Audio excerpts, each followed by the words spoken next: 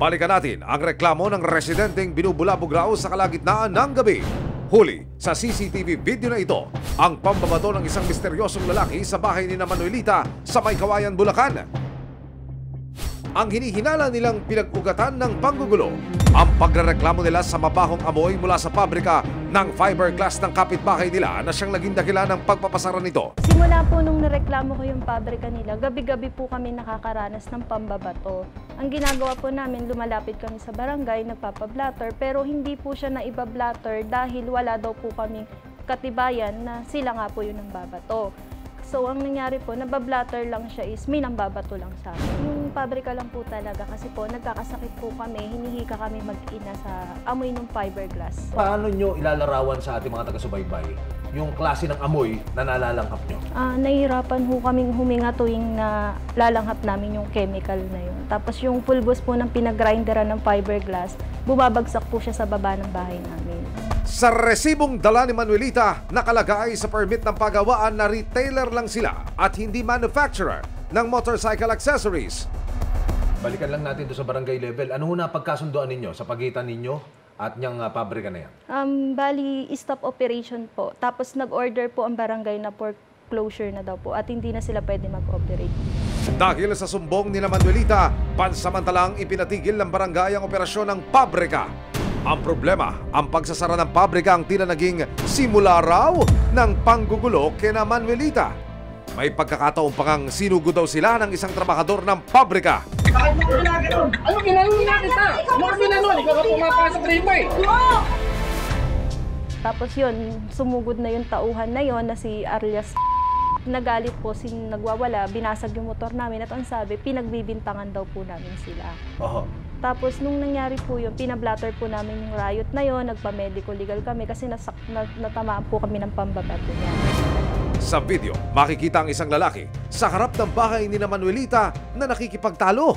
Maya-maya pa maririnig na ang sigawan at murahan ng dalawang panig. Sumusugod ka nga, di ba? Sumusugod ka nga rito ngayon. Ako sisigaw. Sige! Huwag nang gagalit doon! Ano? Ay, kaya mo ako! Tumawag ka na ng barangay, bilis!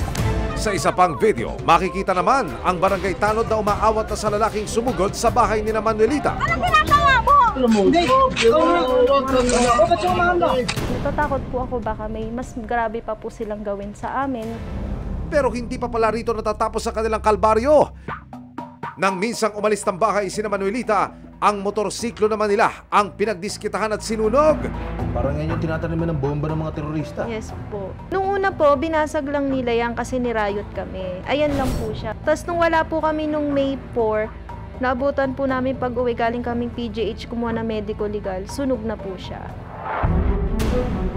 Binasag din ang salamin ng kanilang sasakyan.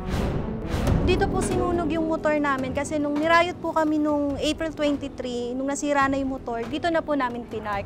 Tapos, dahil hindi na nga po siya gumagana, hindi na nagagamit, tinabi lang po namin siya. May 4 po, pag-uwi namin ng umaga, sunog na po yung motor. Gayunman, walang nakikita o nakasaksi sa ginawang panununog. Agad nagtungo ang resibo sa May Kawayan para mag-imbestiga. Nahanap namin ang bahay na nasa CCTV. Pumayag na magpa-interview sa resibo ang may-ari ng pabrika na si Jeneline Mabasa. Todo tanggi siya na may kinalaman sila sa pambabato kina Manuelita. Wala kami kinalaman dun. Yun sa pambabato matagal ng issue. Tapos handa naman kaming harapin yun sa barangay or sa korte kung aabot. Pero sino ang lalaking nakuna ng video na nasa pabrika at nagbato sa bubong? Multo? Paliwanag ni Jeneline, nasa ibang bansa sila ng araw na nakuna ng video. Hindi rin daw nila alam kung sino ang lalaki, maging sila raw nakararanas ng pambabato.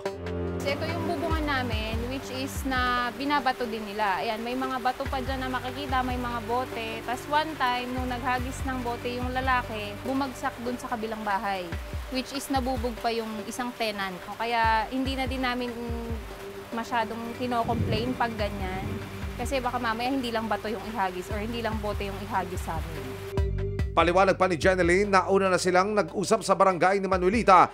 Dito ibinigay sa kanila ang reseta ng mga gamot ng mga taong nagkasakit dahil sa pabrika. Possible, siguro, pero hindi palagi. Kasi yung hangin, hindi namin kontrolado. Pero meron kaming proper ventilation sa taas.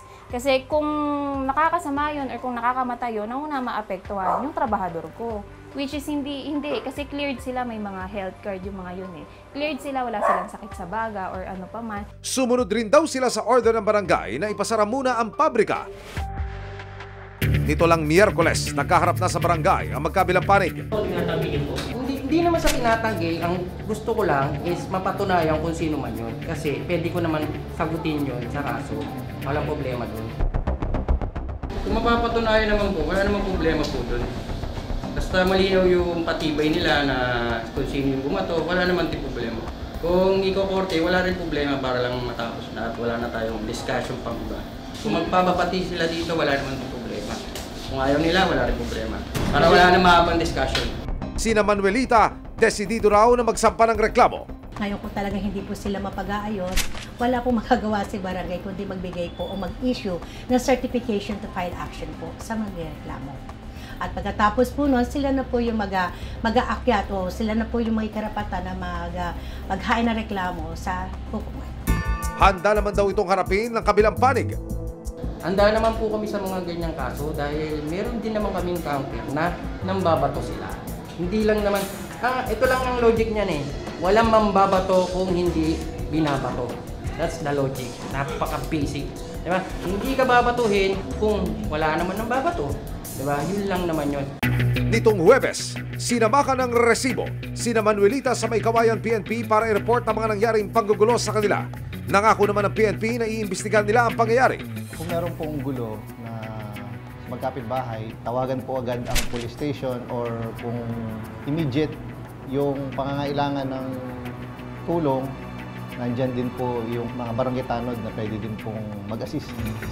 Payo pa ng PNP, i-report agad sa barangay o pulisya ang sino mang nagsisimula ng gulo sa komunidad.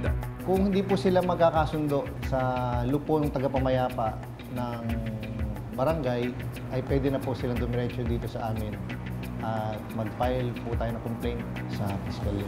Kung identified at nandun yung tao, yung suspect.